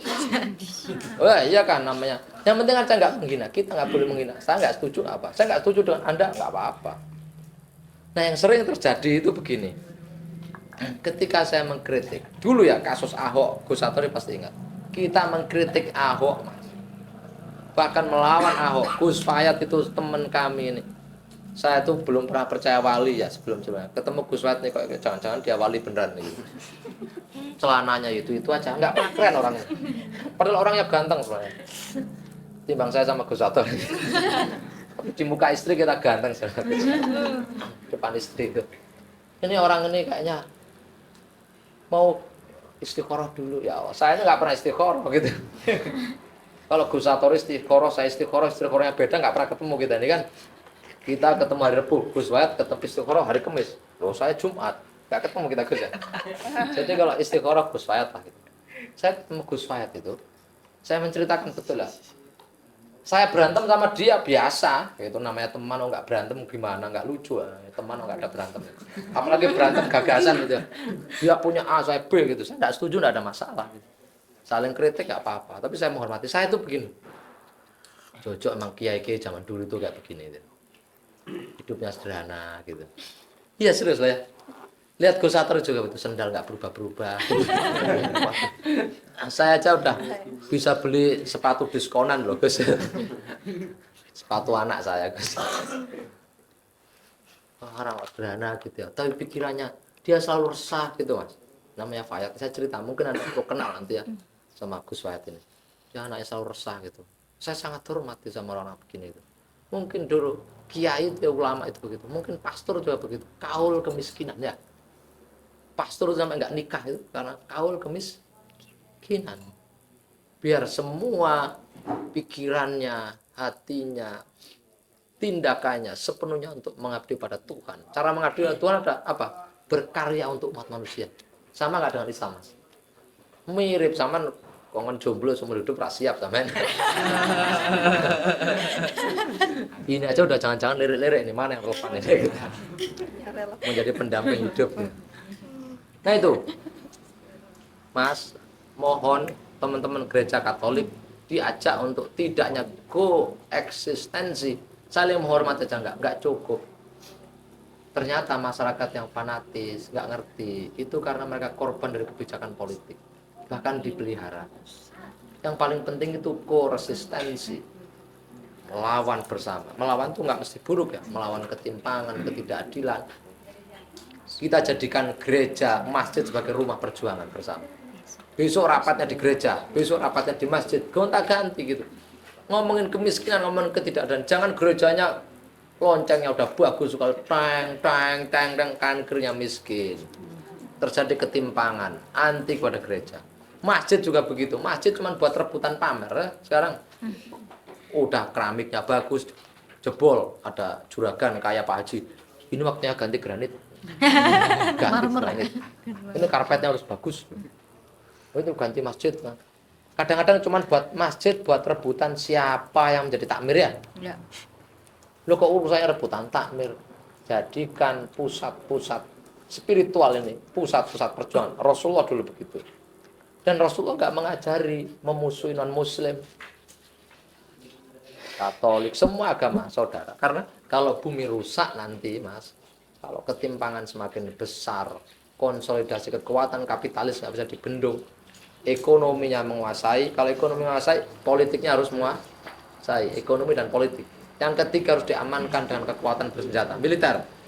Semuanya sedang sekarang itu pamer nuklir gitu. Kalau nggak saling pengen mengakumulasi nggak mungkin tuh menciptakan nuklir. Jadi menurut saya senang bahkan Anda hadir di sini, nanti kita kenalan, berbagi nomor ya kan, punya kopi apa enggak gitu. Terus suatu saat bisa mampir ke gerejanya, syukur-syukur para romo bisa terlibat.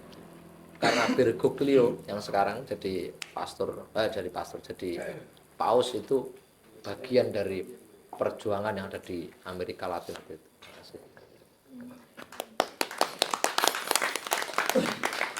Menarik sekali ya. Barangkali maksudnya ada lagi gitu. Fikih apa tadi? Oh iya.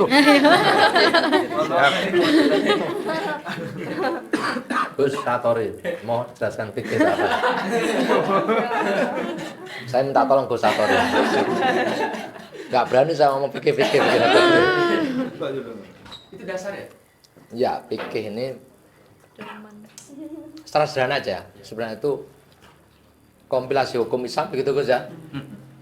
Jadi para ilmuwan Islam, para ahli hukum Islam itu mencari ayat-ayat dalam Al-Quran, dalam hadis, ayat-ayat hukum ya dalam Al-Quran dan hadis diabstraksikan, dirumuskan menjadi kaidah, menjadi kerangka berpikir, namanya kaidah fikih. Nah, terus kemudian pendapat-pendapat ulama, para ilmuwan tadi itu, ulama ahli hukum ya, fuqaha atau ahli hukum fikih, ahli fikih tadi itu, mereka melakukan ijtihad jama'i, berkumpul, merumuskan ada masalah. Bolehkah misalnya alih fungsi lahan untuk kepentingan umum? Ada Undang-Undang Nomor 2 Tahun 2012 tentang alih fungsi tanah untuk kepentingan pembangunan, kepentingan umum. Siapapun harus mau digusur.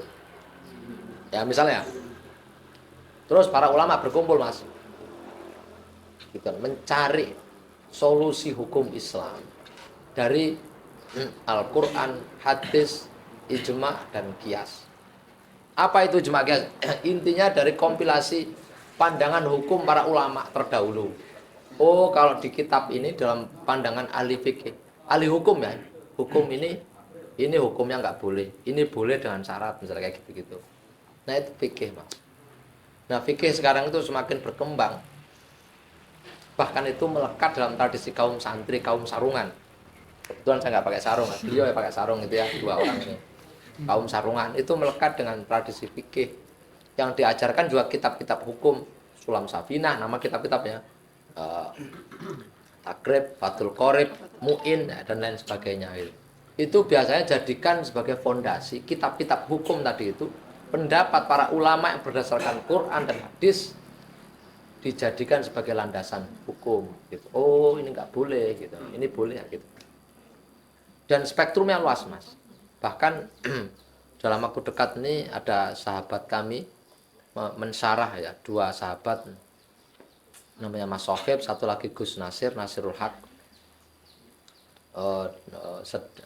Kemarin bikin diskusi online tentang fikih ya. Nah, kumpulan diskusi online-nya nanti ditranskrip terus dijadikan buku judulnya Fikih Agraria.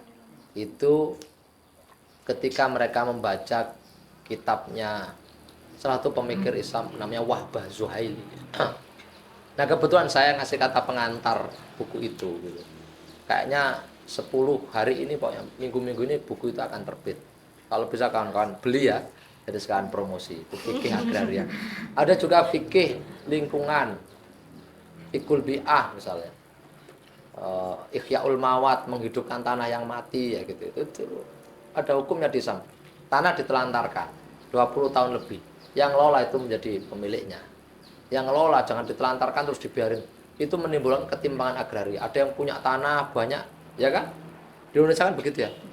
Sementara yang sebelahnya cuma punya hak akses menggarap saja. Harusnya mereka yang memilih tanah itu karena mereka yang merawatnya. Ini sama, fikih tadi itu sama dengan di Undang-Undang Pokok Agraria ya, UPA.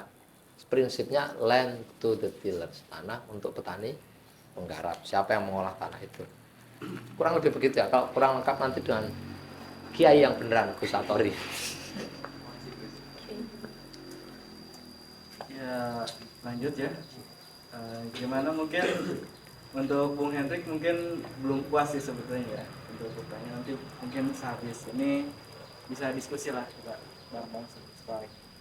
Ya barangkali ada lagi gitu mau diomongin atau gimana gitu. Silakan. Tanyalah Kang. Ya. Atau udah Tadi lancar nggak di jalan gitu.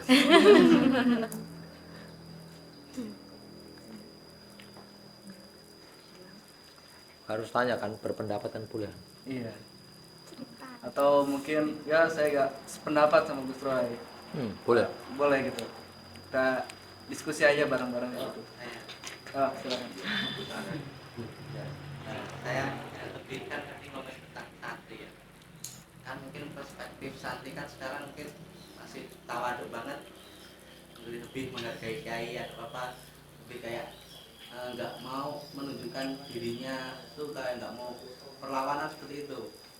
Nah, itu cara merubah pandang santri yang tawaduk terus benar-benar apa ya, di zamannya saat ini yang harus mereka benar-benar di masyarakat harus berbicara seperti ini gitu.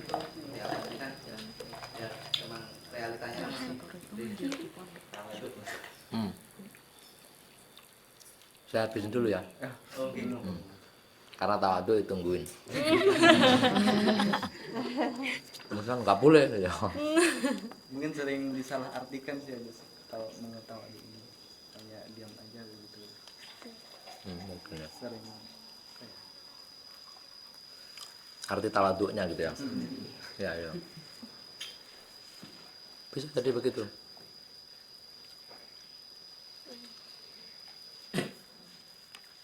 Ini makan paling sehat ya, dari semua yang kita makan. Ya kan?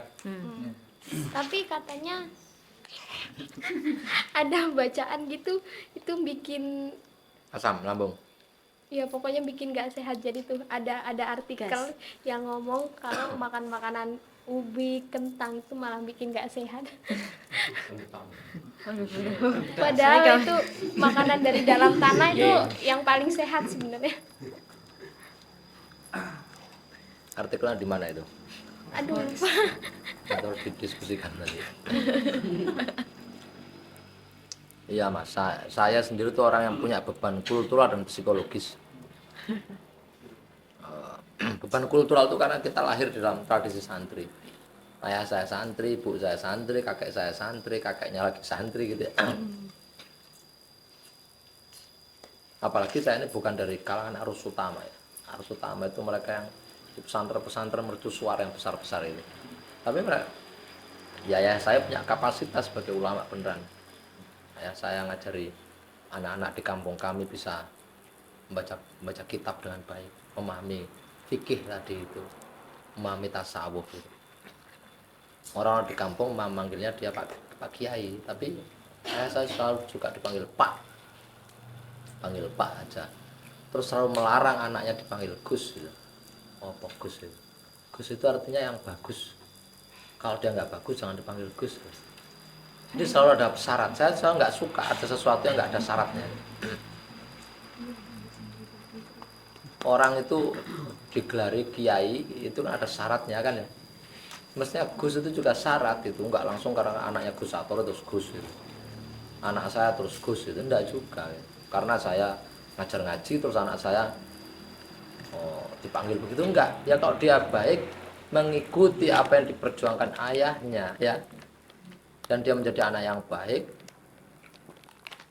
dia nggak merasa, bahkan dia nggak merasa mentang-mentang wah ya berarti dia memang bagus itu. Kalau enggak ya enggak. Kayak Gus Dur itu kan nggak merasa ya, dia anaknya orang hebat tapi dia santai aja sebenarnya.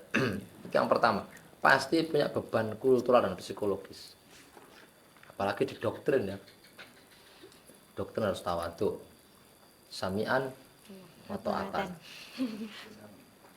sami'na wa ata'na.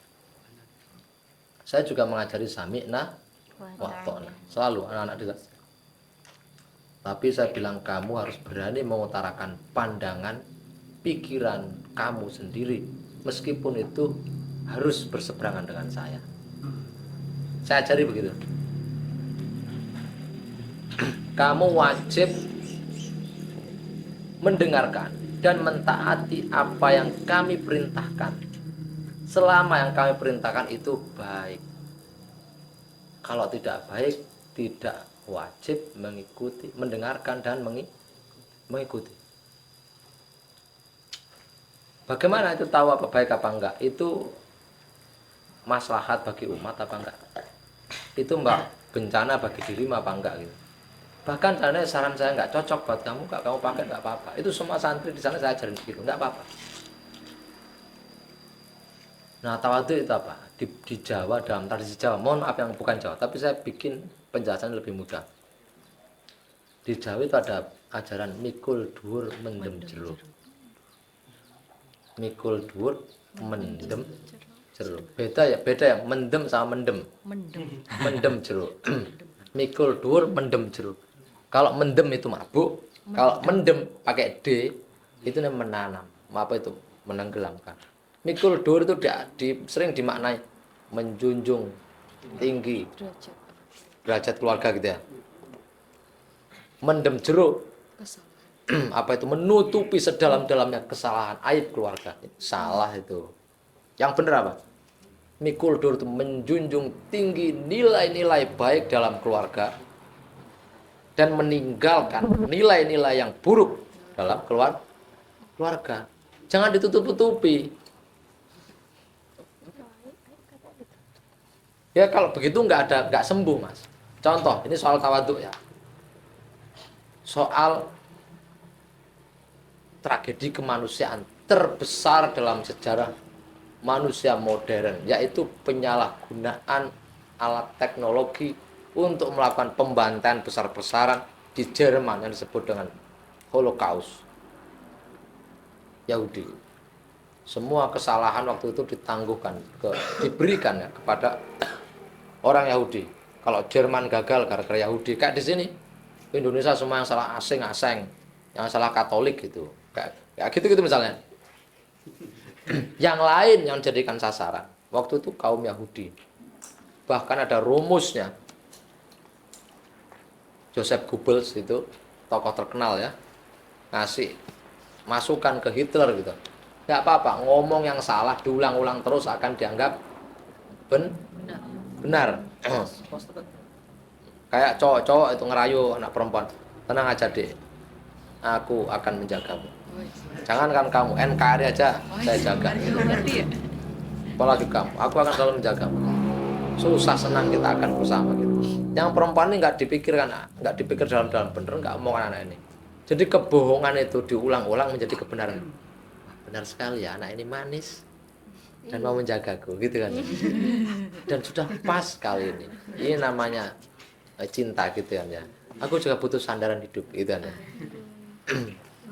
Padahal mau dibohong. Nah, rumus sangat itu kebohongan yang diulang-ulang akan menjadi kebenaran. Padahal masyarakat Jerman itu orang yang sangat cerdas.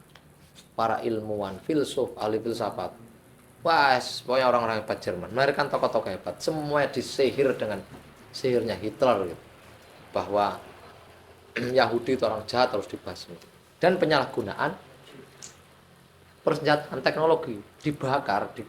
Wah, pokoknya pakai teknologi untuk bunuh jutaan orang. Nah, orang-orang Jerman generasi baru itu mengakui kesalahan nenek moyangnya, mengakui ada kecelakaan sejarah, mengakui ada kejahatan melawan kemanusiaan, dan mereka berjanji kejahatan melawan kemanusiaan, crimes against humanity, kejahatan melawan kemanusiaan tidak boleh terulang lagi.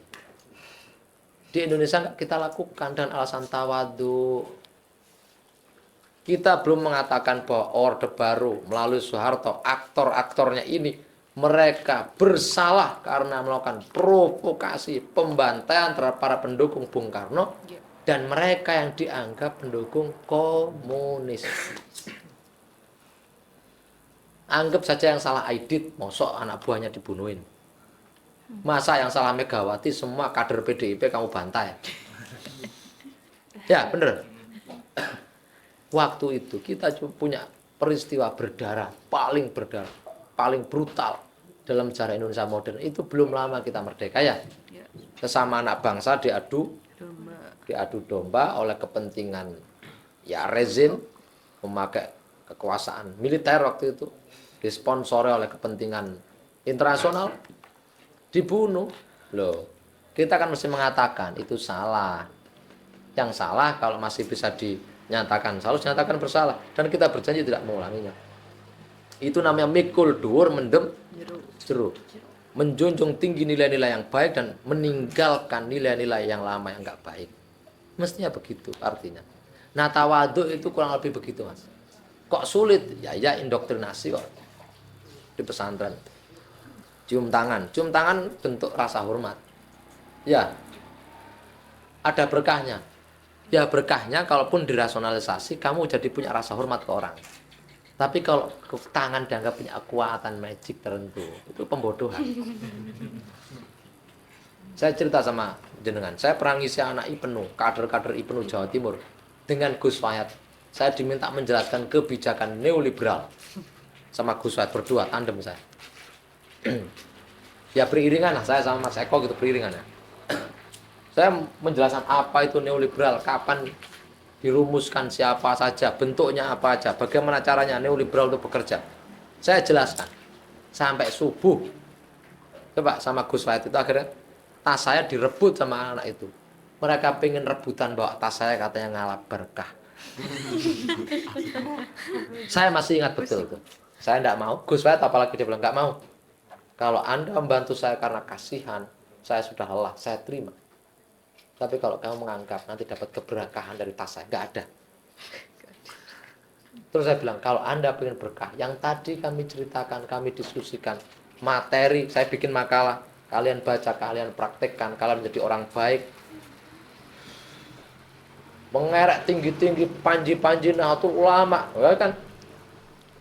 Orang PMI itu, tangan apa? Maju ke depan gitu kan, membela Imam Syafi'i, ternyata Imam Nahrawi ya.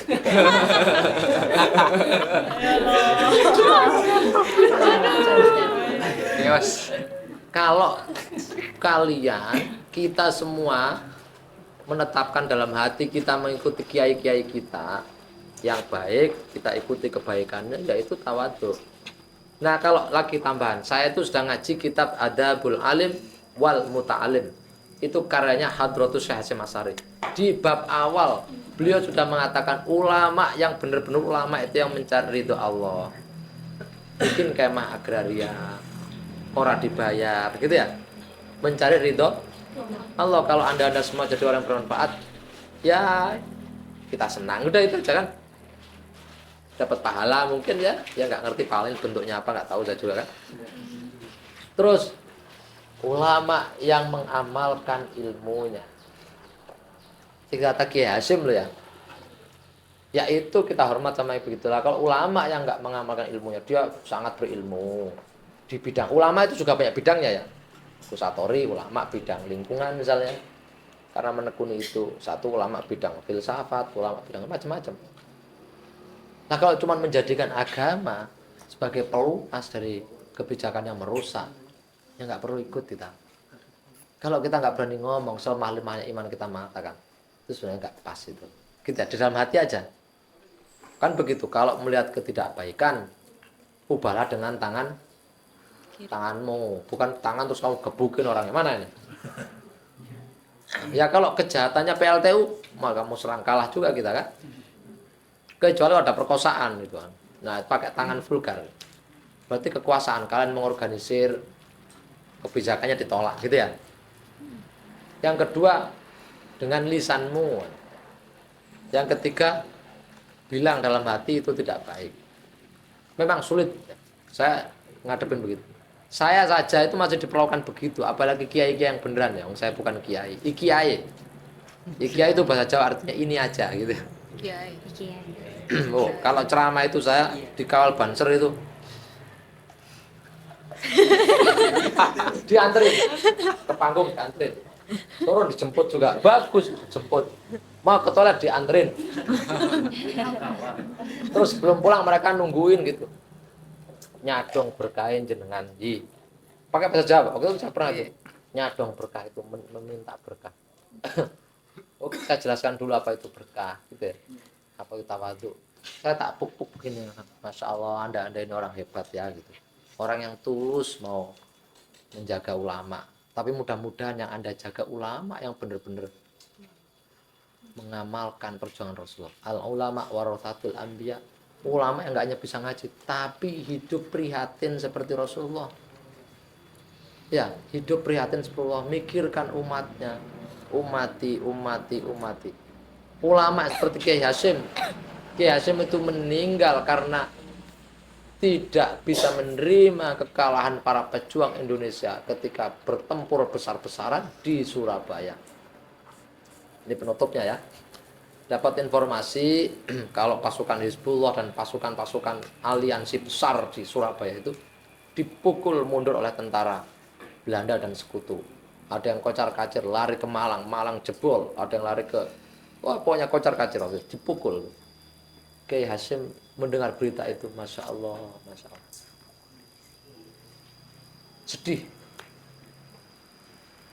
Sedih karena beliau kiai sepuh yang memberangkatkan anak-anak muda ya. Ya kan kiai kan begitu mau perang kan juga didoain dulu sampai Kiai Abbas dari Buntet itu didatangkan singa dari Jawa Barat gitu kan. Didatangkan ke Jombang untuk mendoakan dulu sebelum berangkat perang. Kayak Gus Satori kita undang dulu, ntar dulu demo belum mulai kalau Gus Satori belum datang misalnya gitu. Kang Satori harus datang dulu gitu kan. Didoain dulu gitu loh. Nah kan kiai-kiai ini kan nangis ya pasti ya. Anak-anaknya dipukul kalah dalam perang. Nah itu udah mirip sama Rasulullah ya. Ya. Kita ini kan jauh dari Rasulullah. Paling enggak ya kita itu salah. Oke, kita enggak ikut gitu aja. Kalau enggak berani itu enggak pas kita ikut. Enggak usah menghina ya. Enggak usah menghina. Saya enggak suka. Itu karena gerakan kita hancur. Tema saya sebenarnya gerakan agraria ya. Gerakan kita itu hancur karena ada populisme Islam. Saya enggak anti dan Habib. Saya enggak sedang benci Habib Rizik, tapi saya benci betul. Sebenarnya orang ini cerdas ya. Kalau mau ngeritik dia ngerti teori begini. Dahsyat itu. Habib Rizik itu. Karena dia enggak ngerti teori sih, menghina terus. Jokowi dihina. Ya, semua dihina, semua orang agama lain dihina. Itu yang merusak gerakan kita. Kita itu mengkritik berbasis kerangka teoritik, berbasis pengalaman empirik Anda-Anda yang dirusak hidupnya. UPI bisa cerita. Saya nggak setuju dan rezim ini. Bukan berarti saya nggak suka NKRI, nggak suka dan Republik. Bukan berarti saya mau mendirikan khilafah di Pulau Obi. Bukan. Saya nggak mau kampung halaman saya dihancurkan, dikorbankan untuk kepentingan orang-orang elit-elit global. Gitu. Jadi kalau nggak suka, jangan menghina, apalagi depan publik, ngejek-ngejek ya enggak. Ya kalau dibecandain nggak apa-apa ya. Ini namanya memparodikan, boleh sah itu. Oh itu ada teorinya, itu seni, kayak itu loh stand up comedy gitu lah ya. Boleh, tapi nggak boleh menghina, merendahkan, nggak boleh. Kurang lebih begitu. Makasih. Assalamualaikum warahmatullahi wabarakatuh. Waalaikumsalam warahmatullahi wabarakatuh. Ya mungkin gitu ya. Masih dilanjut lagi? Saya ngikut saya. Ngikut aja, oke. Ya kita lanjut aja. Oh, Satu sesi masih kuat lah saya. Kalau lebih dari itu nggak kuat. baik Mas, silakan. Ya.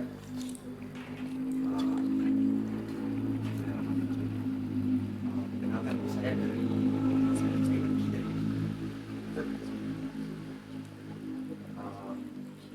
cara beliau menjadi satu dengan ayah ketika di pondok.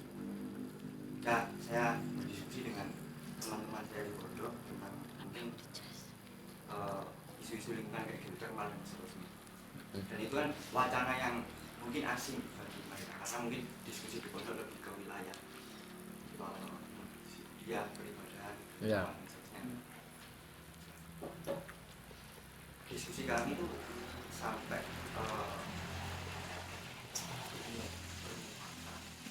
menuju ke titik ini. Kalau geothermal nggak ada, efeknya apa? Efeknya pasti ada. Menurut teman saya itu nanti seperti ini. Saya geothermal, saya kan faktornya sepertinya. Ya. Nah, geothermal dikasih untuk menggantikan batu bara. Ya. Jadi pendapatnya sama kok, efeknya itu sama, sama-sama pakai satu rumah tangga. Nah, pikir hampir semuanya itu ketika ada dua masalah, tiga sama apa yang ada saja. Ya. Ketika ada dua kerusakan yang berkumpul, ambil yang lain. Ya. Karena mengambil karena ketika kita menolak itu nanti listrik tidak ada, kemudian ngaji sulit dan seterusnya. Ini juga tidak baik. Nah, untuk merespon hal-hal yang penting karena itu menjadi kegelisahan pribadi. Menarik. Kita menghadapi situasi yang sama sebenarnya. Ya, saya itu sempat nulis. Nanti saya minta WhatsApp-nya. Tulisan saya belum dimuat soalnya. Belum pernah dimuat karena tulisan saya siapkan untuk diskusi itu tentang tema besarnya itu memperdebatkan atau meletakkan kaidah fikih ya dalam konteks yang lebih besar hari ini. Semuanya kan pasti merujuk ke kaidah fikih. Dan kaidah fikih itu kan memberikan rambu ya, memberikan pegangan dalam berpikir. Kalau terjadi sesuatu yang buruk dalam bersamaan, kita pilih yang paling buruk gitu ya. Yang paling ringan ya. Nah, saya juga memakai kaidah-kaidah fikih itu sekaligus mengelaborasi. Jadi possibility and impossibility in general, kemungkinan dan ketidakmungkinannya secara umum memakai kaidah fikih untuk melihat peristiwa-peristiwa mutakhir, terutama dalam problem-problem yang kita hadapi, terutama soal neoliberal, terutama soal tadi itu. Nanti kalau geothermal nggak ada, mati. Semua cara berpikir kan begitu. Peradaban ini, kebudayaan, ekonomi, karena ada energi. Ada turbulensi di rantai pasok energi sama pangan, maka akan terjadi guncangan, lonjakan energi, terjadi inflasi. Ya, ada perang Ukraina sama Rusia, pasokan energi terguncang, bahkan Rusia menyetop energinya ke Eropa. Pangan dari gandum dari Rusia sama dari Ukraina nggak bisa dikirim melalui Laut Tengah, maka akan terjadi guncangan. Nggak ada satupun yang tidak pakai energi. Orang nggak bisa ngaji karena nggak ada lampu, nggak ada mic, gitu ya. Bahwa energi menjadi sangat fundamental. Saya setuju itu. Satu, karena itu yang didorong itu transisi. Nggak langsung kan. Transisi itu seperti bayi mau disapih. Nggak langsung stop. Kita sadar dulu ini salah. Yang kedua, mencari alternatif. Anggap saja alternatifnya energi bersih. Orang berdebat geothermal itu bersih apa enggak. Bisa jadi bersih, tapi apakah berkeadilan? Karena itu dampaknya sangat besar secara sosial dan ekologis. Itu yang pertama. Yang kedua, berdebat pada level paradigmatik. Nah, ini yang paling susah memang. Akhirnya ini sebenarnya tulisan ini saya tulis ketika kami berdiskusi di Semarang. Ada Gus Wet, ada Mas Eko, ada tokoh-tokoh muda gerakan NU waktu itu ngumpul di Semarang, mendiskusikan kita itu berdebat pada level mana maslahat ukurannya apa sih, mafsadat itu apa ukurannya kan, nggak jelas itu. Madorot, manfaat itu wah bisa ditarik-tarik macam-macam. Saya bilang R20 ini madorot apa manfaat? Ya tergantung sih nafsiri. Menurut saya madorot kalau itu melanggengkan. Kalau dibaca bahwa itu bisa melanggengkan kepentingan pemilik modal atau agenda neoliberal, agenda akumulasi. G20 itu kan dikumpulkan negara-negara itu berkolaborasi untuk memastikan pertumbuhan ekonomi, kerjasama di berbagai bidang dan berbagai macam level untuk mendorong prosperity. Prosperity, kesejahteraan semacam itu ilusif. Akan mengorbankan banyak lingkungan dan manusia yang lain, pasti. Itu bikin blok geng gitu loh. Geng negara-negara kuat. Indonesia dikawal sebelum masuk ke situ Mas ya. Indonesia diimajinasikan tahun 2045 akan menjadi salah satu negara dengan kekuatan ekonomi global. 5 besar kekuatan ekonomi global. Dalam peringatan 100 tahun Indonesia itu menjadi secara militer takuti, secara ekonomi takuti, punya pengaruh global. Berarti geng-gengan sudah model. Dari unipolar menjadi multipolar. Nah, multipolar lebih bagus. Tapi kalau eksploitasi besar-besaran, nggak cukup ini. Bumi ini nggak cukup lagi, nggak bisa menampung. Nah ini kan level paradigma Mas. Memang harus ganti nikel. Selalu logikanya begitu. Ganti nikel, ganti geothermal, karena kebutuhannya besar. Memang Mas, kebutuhan industri nggak akan habis. Tapi misal kalau kebutuhannya itu bikin mikrohidro, bikin solar panel, atau energi-energi alternatif yang lain, skala-skala kecil rumah tangga dalam bentuk koperasi mungkin nggak. Satu desa dikelola secara mandiri, satu desa itu berapa desa gitu. Ada pusat energi di situ yang dikembangkan. Mungkin nggak, sangat mungkin. Kalau memang target pembangunan itu 3 hal, seperti di Kuba. Pendidikan, kesehatan, pangan. Pangan cukup, kesehatan terpenuhi. Dokter-dokter di Kuba itu tugasnya bukan nyari untung, tapi mencegah orang sakit. Tiap desa dikawal sama dokter-dokternya datang ke rumah-rumah.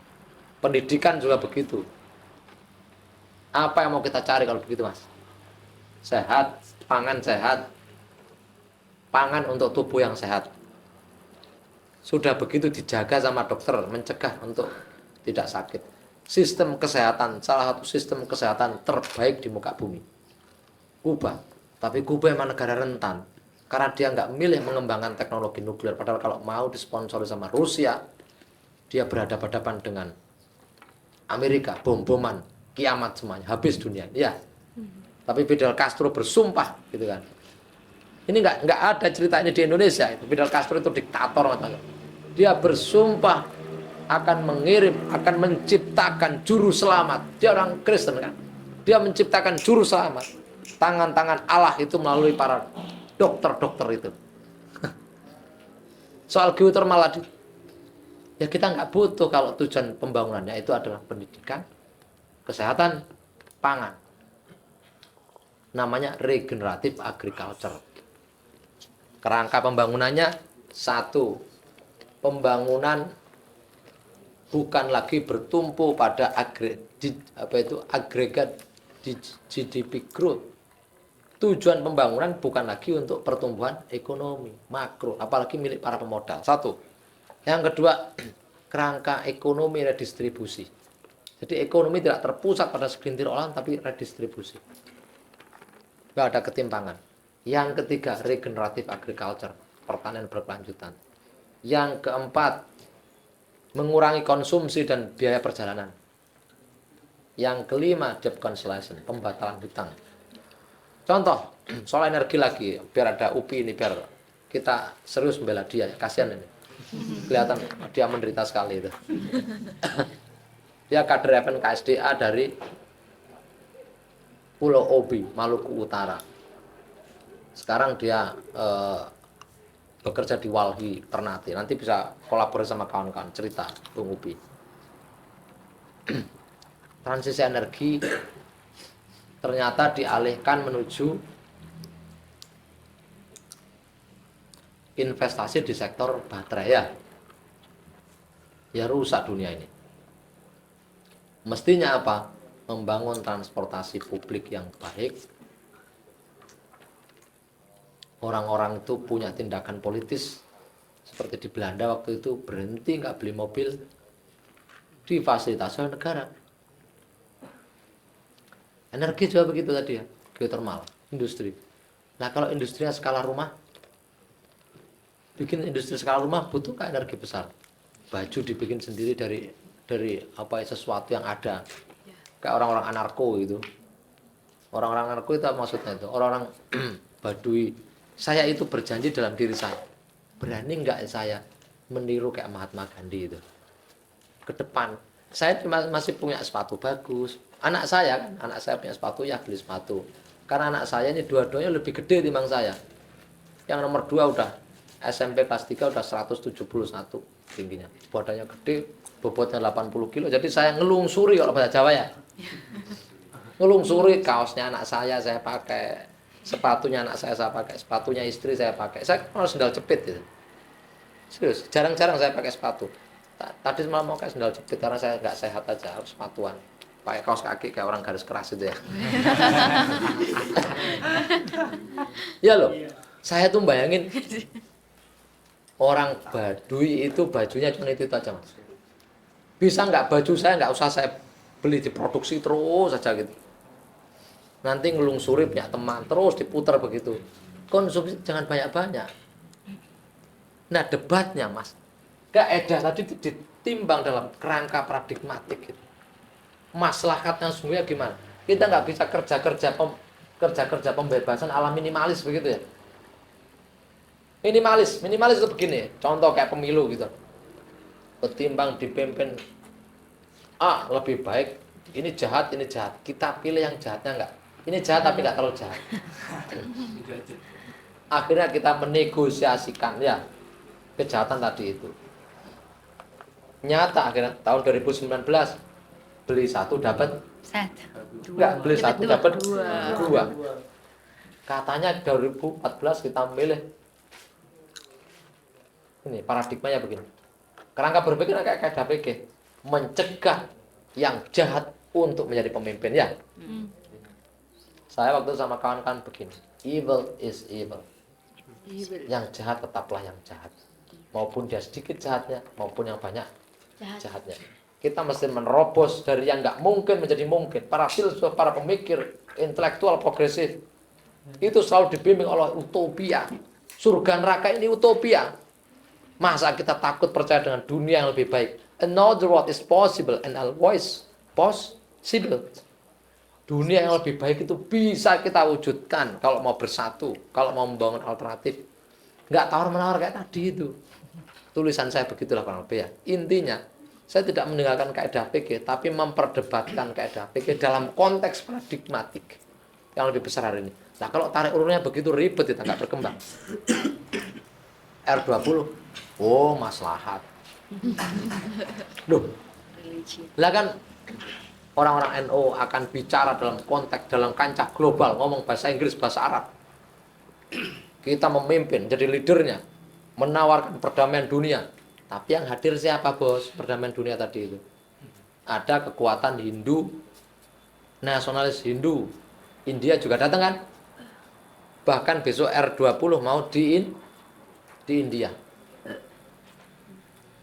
Tahu nggak Narendra Modi itu dari apa? Partai BJP. Itu kayak FPI-nya Indonesia. BJP itu lebih brutal tentang FPI. Dan mereka berkuasa. Mereka menganggap Musalman, Kristen, they are not Hindustani. Musalman, orang-orang Muslim, orang Kristen, they are not Hindustani. Mereka bukan orang Hindu karena mereka agamanya bukan Hindu. Ini tanah Hindustan, tanahnya orang Hindu.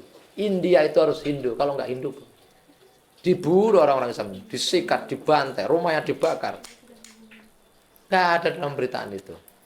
Kenapa? Karena agama dijadikan sebagai kepentingan bagi para pemilik modal. Berani nggak R20 ngomong begitu di forum itu gitu? Atau mengutuk kebijakan yang menimbulkan ketimpangan? Nah, energi juga begitu. Geotermal bisa kita tolak kalau agenda ekonominya nggak begini, nggak pertumbuhan. Kalau ekonominya tidak lagi terpusat dalam industri-industri skala besar, tapi industri-industri skala rumahan misalnya. Kalau bisa begitu, tapi akan dibilang absurd mas, ya kan? Contoh Kuba tadi absurd ya? Absurd, tapi bisa terwujud ya? Karena kita ngimpi, cetek-cetek ngimpinya. Kata Bung Karno, mimpilah setinggi langit kalaupun jatuh di antara bintang-bintang. Mimpi kita selalu begitu gitu loh. Mimpinnya merebut negara gitu loh. Iya. Merebut negara bukan mengubahnya menjadi khilafah, enggak. Menafsir Pancasila dengan benar. Bukan menjadi miliknya oligark gitu. Lah kita cuman seneng ya kita udah dapat jatah, masyarakat nggak masyarakat dong, masyarakat ini teman saya kan jadi kemenaker gitu, teman saya juga jadi kemenakan kita urus gitu, ya paling nggak kalau saya itu presiden, wakil presiden dan menteri ekonominya harus dari santri dan ekonomi harus ekonomi heterodoks, mereka berani berpikir utopis. Terakhir mas, saya tanya di luar tadi diskusi itu, menurut saya sudah saya coba jawab ya. Ini soal utopis, surga neraka utopis ya? Utopis. Kita bisa percaya. Kita bisa percaya. Nah, yang membedakan sosialisme dan agama apa? Sama saja.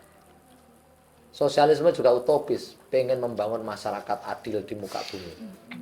Utopis, utopis. Tapi kalau nggak bisa semuka bumi, paling nggak semuka Kuningan, semuka Cirebon, kan gitu.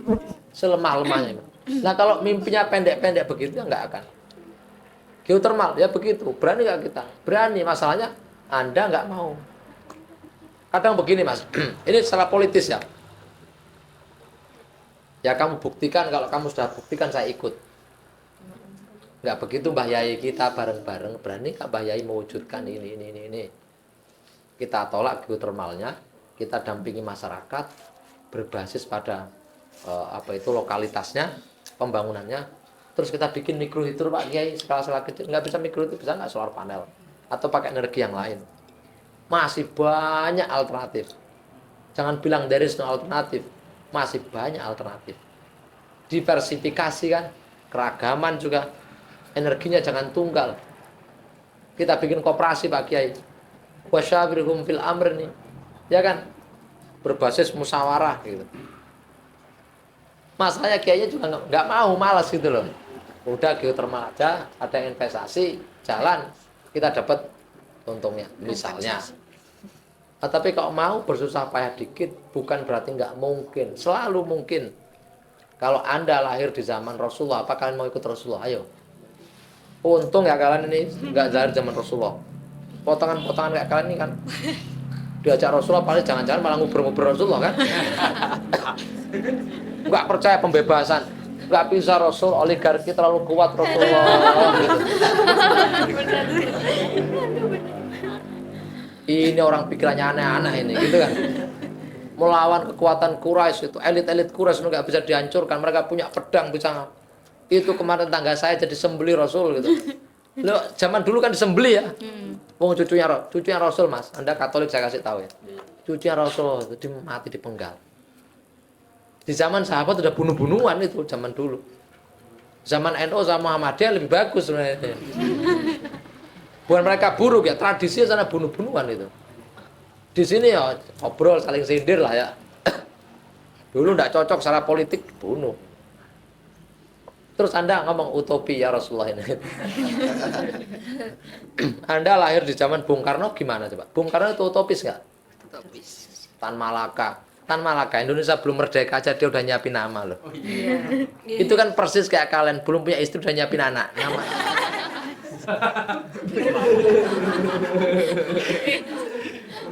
Kelak.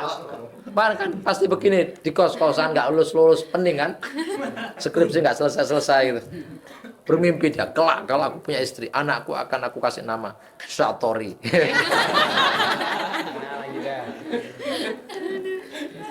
Biar membebaskan gitu. Ya kan begitu gitu. Wah kayaknya anak saya nanti kalau laki-laki ada murtadonya gitu, biar murtad gitu.